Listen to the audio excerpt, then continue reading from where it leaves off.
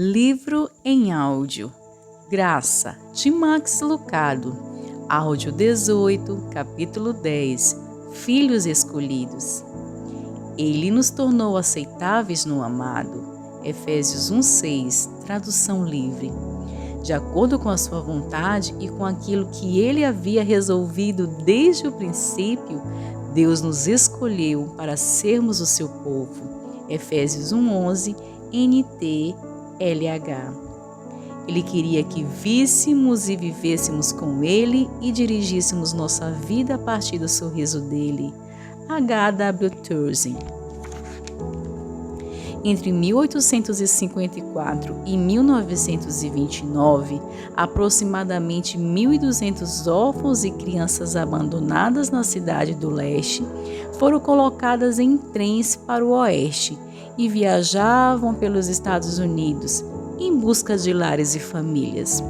Muitas crianças perderam os pais em epidemias. Outras eram crianças de imigrantes passando por apuros financeiros. Algumas eram órfãs de guerra civil, outras do álcool. Mas elas precisavam de um lar. Colocadas nos trens em grupos de 30 a 40, elas paravam em áreas rurais para a expensão.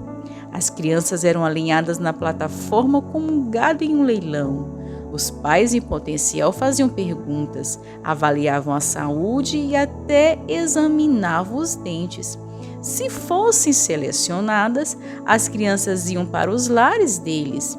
Se não, voltavam para o trem dos órfãos. Linellig recorda a experiência. Ele estava vivendo havia 2 anos no Jefferson County, Oklahoma, quando aos 8 anos de idade, ele foi levado com os 2 irmãos mais novos para uma estação ferroviária da cidade de Nova York. No dia anterior, o pai biológico entregara a ele um envelope de cor-de-rosa, que continha seu nome e endereço. Ele havia dito ao garoto que escrevesse assim que chegasse ao destino. O garoto colocara o envelope no bolso do casaco, assim ninguém poderia tirá-lo dele. O trem embarcou para o Texas. Lee e os irmãos adormeceram. Quando acordou, o envelope havia sumido. Ele nunca mais o viu. Eu adoraria contar a vocês que o pai de Lee o encontrou. O homem não queria passar mais nem um segundo sem seus filhos. Vendeu tudo o que tinha para que pudesse reunir a família. Adoraria descrever o momento em que Lee ouviu seu pai dizer: "Filho, sou eu, vim por você." A biografia de Linellig, porém, não contém esse evento. Mas a sua tem. Há muito tempo, até mesmo antes de criar o mundo, Deus amou-nos e escolheu-nos em Cristo para sermos santos e sem defeitos aos olhos dele.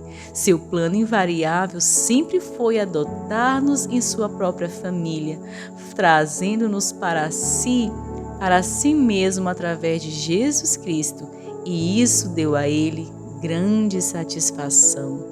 Efésios capítulo 1, versículos 4 e 5, tradução livre. Há algo em você que Deus ama, não apenas aprecia ou aprova, mas ama. Você faz com que os olhos dele se abram, o coração dele bata mais rápido. Ele ama você, ele aceita você. Não ficamos ansiosos para saber disso? Jacó ficava. O Antigo Testamento relata a história dessa alma ardilosa, astuta e escorregadia, que não fazia nada além de enganar seu pai em prol dos próprios objetivos. Ele passou sua juventude colecionando esposas, dinheiro e gado, da mesma maneira que alguns homens hoje ainda colecionam esposas, dinheiro e gado. Mas Jacó ficava impaciente. Na meia-idade, tinha uma dor em seu coração que nem as caravanas, nem as concubinas conseguiam aliviar. Então ele pegou sua família e pôs-se a caminho de sua casa de campo. Ele estava a uma curta distância da terra prometida, quando montou uma tenda perto do rio Jaboque e disse à família que seguisse sem ele. Ele precisava ficar sozinho, com seus medos, talvez para ganhar coragem, com seus pensamentos. Uma pausa de filhos e camelos seria bom. Não sabemos por que ele foi até o rio, mas sabemos sobre um homem que se pôs a lutar com ele até o amanhecer. Gênesis capítulo 32, versículo 24. Sim, homem com letra maiúscula, pois não era um homem comum. Saltou da escuridão por toda a noite, os dois lutaram, caindo e rolando na lama do Jaboque. Em certo momento, Jacó levava a melhor do homem, até que este decidiu resolver o assunto de uma vez por todas. Com um golpe hábil, deixou Jacó contorcido de dor, com um toureiro chifrado. O golpe clareou a visão de Jacó e ele percebeu que estava enroscado com Deus. Agarrou o homem e o segurou com toda a força. Não te deixarei ir, a não ser que me abençoes, insistiu. Gênesis 32, 26. Que lição tiramos disso? Deus na lama, uma briga de unhas e dentes, Jacó agarrando e depois mancando. Parece mais uma briga de contrabandistas do que uma história bíblica. Um pouco bizarra. Mas e o pedido da bênção? Entendo essa parte. Adaptando para a nossa linguagem, temos Jacó perguntando: Deus, eu sou importante para você? Eu perguntaria a mesma coisa. Dado o encontro face a face com um homem, eu aventuraria: você sabe quem eu sou? No plano geral das coisas, eu conto para alguma coisa? Muitas mensagens nos dizem que não. Somos demitidos dos nossos empregos, expulsos da escola. Tudo, da acne ao Alzheimer, faz-nos sentir como uma garota sem par para o baile de formatura. Reagimos, validamos nossa existência com muitas atividades. Fazemos mais, compramos mais, alcançamos mais. Como Jacó, nós lutamos. Todas as nossas lutas, suponho eu, são meramente para fazer essa pergunta: sou importante? Toda a graça, acredito eu, é a resposta definitiva de Deus. Abençoado seja meu filho, eu o aceito. Adotei-o na minha família. Filhos adotivos são filhos escolhidos. Não é o que acontece com os filhos biológicos. Quando o médico entregou o Max Lucado a Jax Lucado, meu pai não tinha outra saída, nenhuma escapatória, nenhuma escolha. Ele não podia me devolver ao médico e pedir um filho mais bonito ou mais esperto. O hospital fê-lo levar-me para casa.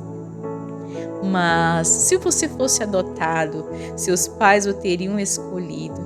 As gravidezes surpresas acontecem, mas adoções surpresa?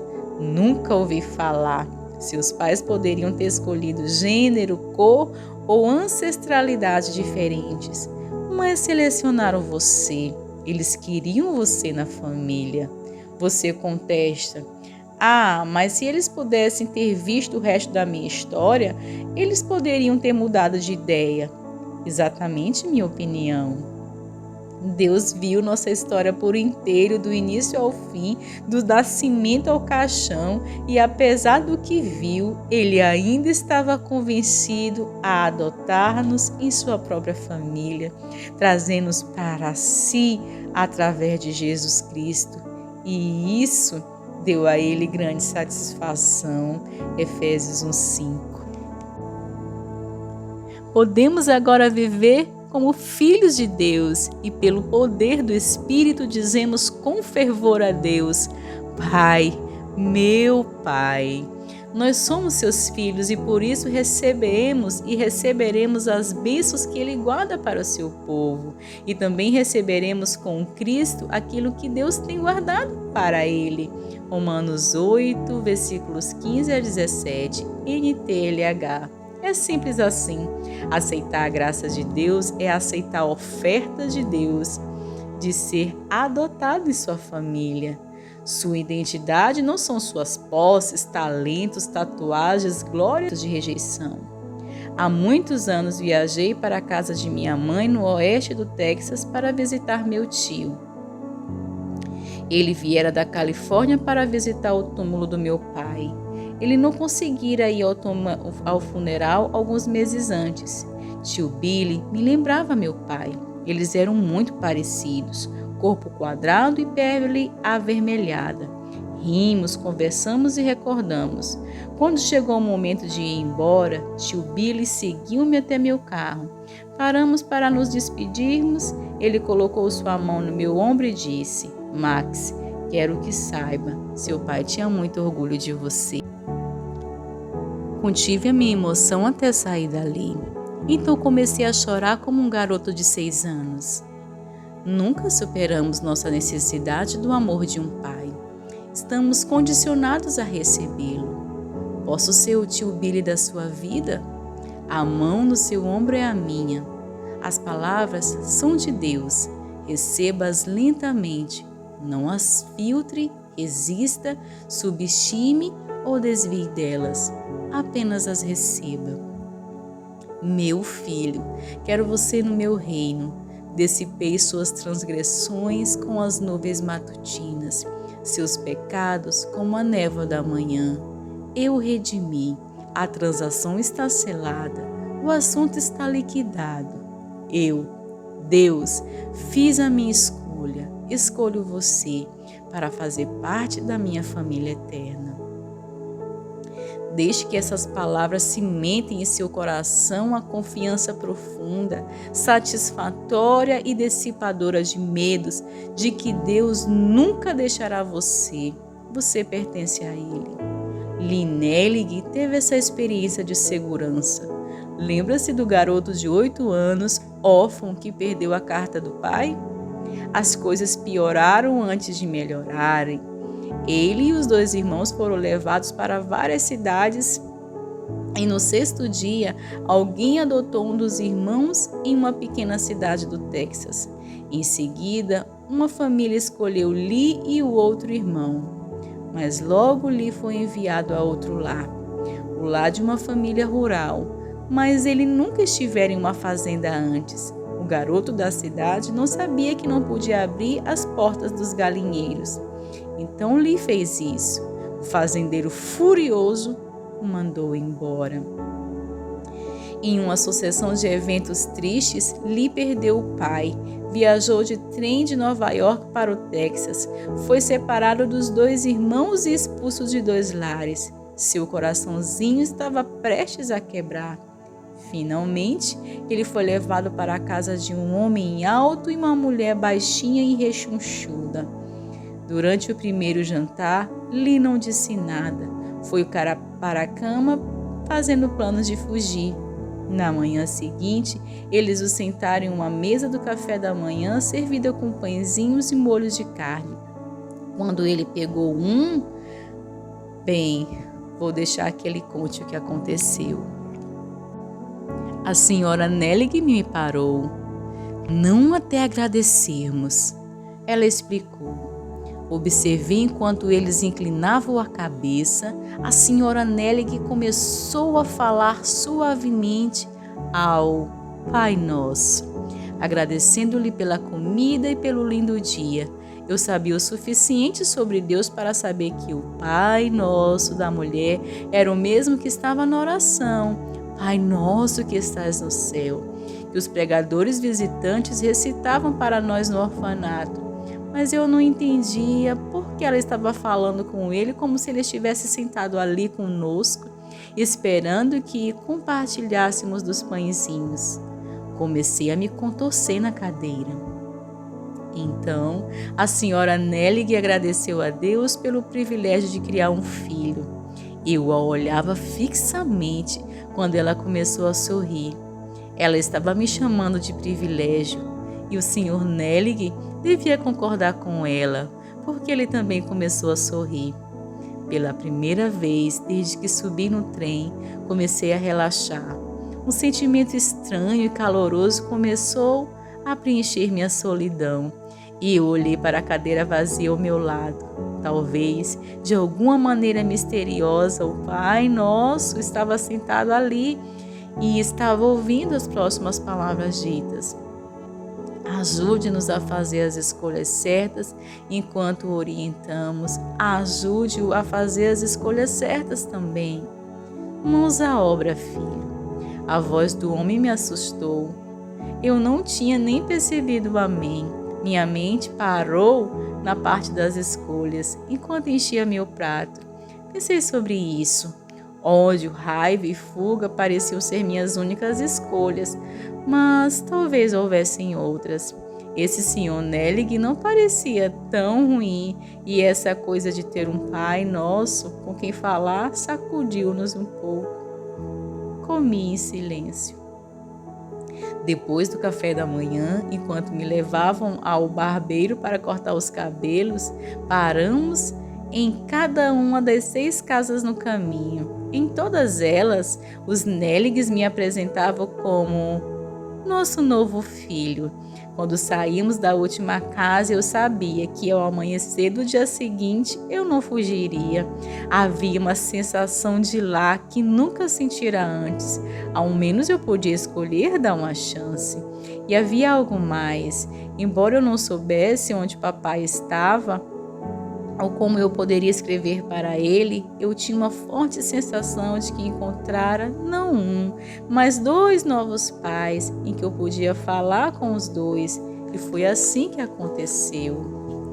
Viver como filho de Deus é saber que nesse instante você é amado pelo Criador, não porque você tenta agradá-lo e ter sucesso, ou fracassa em agradá-lo e desculpa-se, mas porque ele quer ser seu pai.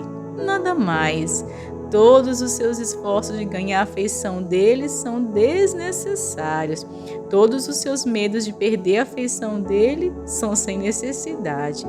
Você não pode fazê-lo querer você mais do que você pode convencê-lo a abandoná-lo. A adoção é irreversível. Você tem um lugar à mesa. Amém? Se você leu esse lindo capítulo até aqui, aliás, se você ouviu, então deixa aí o seu like, compartilhe muito esse áudio. Se você não é inscrito ainda no canal, se inscreva e nos ajude a espalhar essa linda e boa semente. Amém!